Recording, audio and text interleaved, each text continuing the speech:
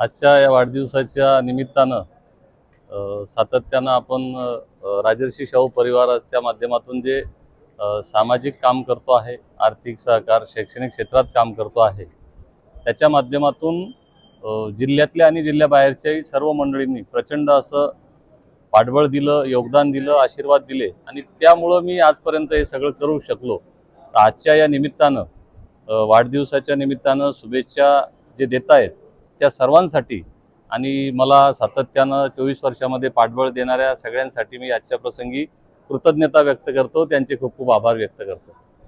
रक्तदानानं आपला जन्मदिन साजरा होतो. गेले 12-13 वर्षामध्ये 17,000 रक्तपिशव्यांचं संकलन केलेलं आहे. मागील 2-3 वर्ष सलग 3-3 हजार रक्तपिशव्या संकलित केल्या. मला वाटतं यावर्षी 2200 ते 2400 बॅगपर्यंत रक्त संकलन होईल. विविध सामाजिक उपक्रम आपण राबवतो, पण त्यातला हा सगळ्यात महत्त्वाचा एक सामाजिक उपक्रम रक्तदान हा माझ्यासाठी आहे.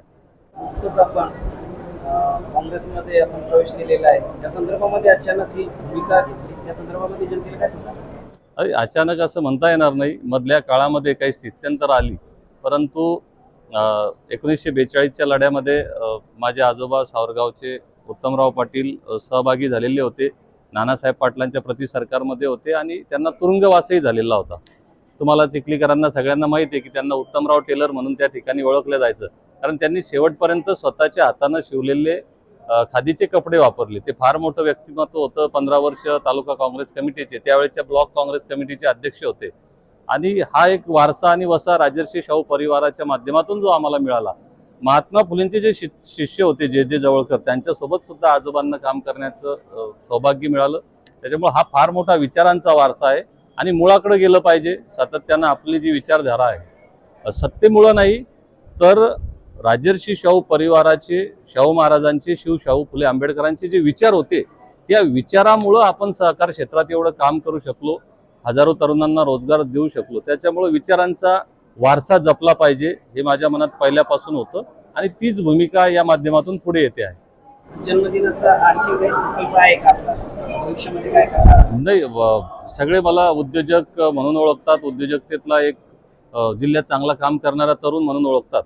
तर या जिल्ह्यामध्ये ॲग्रिकल्चर इन्फ्रास्ट्रक्चर अजून चांगल्या पद्धतीनं कसं उभं राहील, वेअर हाऊसिंग आहे, सॉर्टेक्स मशीन आहेत, कोल्ड स्टोरेजची चेन आहे आणि इथं अशा बाजारपेठा उभ्या झाल्या पाहिजे की इथून सातत्यानं डायरेक्ट एक्सपोर्ट झालं पाहिजे मुंबई मार्गे बाहेर विदेशामध्ये. तो एक माझा संकल्प आहे. आणि राजकारणाचं म्हणाल तर ही जी विचारांची आणि वारशाची नाळ आहे, या माध्यमातून जास्तीत जास्त युवकांना काँग्रेसच्या प्रवाहात आणण्याचा माझा या पुढच्या काळात प्रयत्न राहील. ताई साहेब, आपण खंबीर साथ देता दादासाहेबांना. आज दादासाहेबांचा जन्मदिन आहे.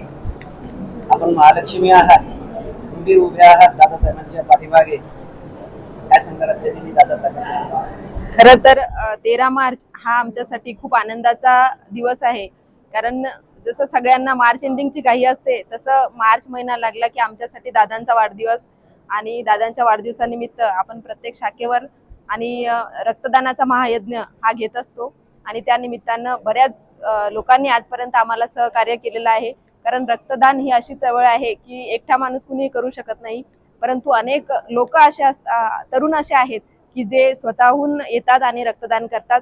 तर सगळ्या रक्तदात्यांची मी राजर्षी शाहू परिवाराच्या वतीनं कृतज्ञता व्यक्त करते आणि दादांच्या वाढदिवसाला जे भरभरून प्रेम ते देतात त्यासाठी मी सगळ्यांची आभारी आहे शाहू परिवाराच्या वतीनं.